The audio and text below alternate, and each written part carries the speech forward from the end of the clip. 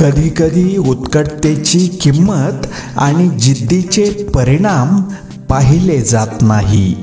माणसाचं मन निर्मळ असलं की त्याला पुण्य कमवायची आणि चरित्र गमवायची भीती उरत नाही.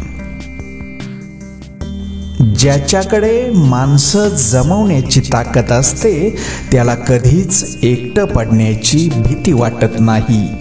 चुकीच्या माणसांना सहकार्य करून खोटे समाधान मिळवण्यापेक्षा प्रामाणिक नाती जपून खरंखुरं मानसिक समाधान मिळवा. माणसानं कुंडीतल्या नाही तर जमिनीत लावलेल्या झाडासारखं असावं.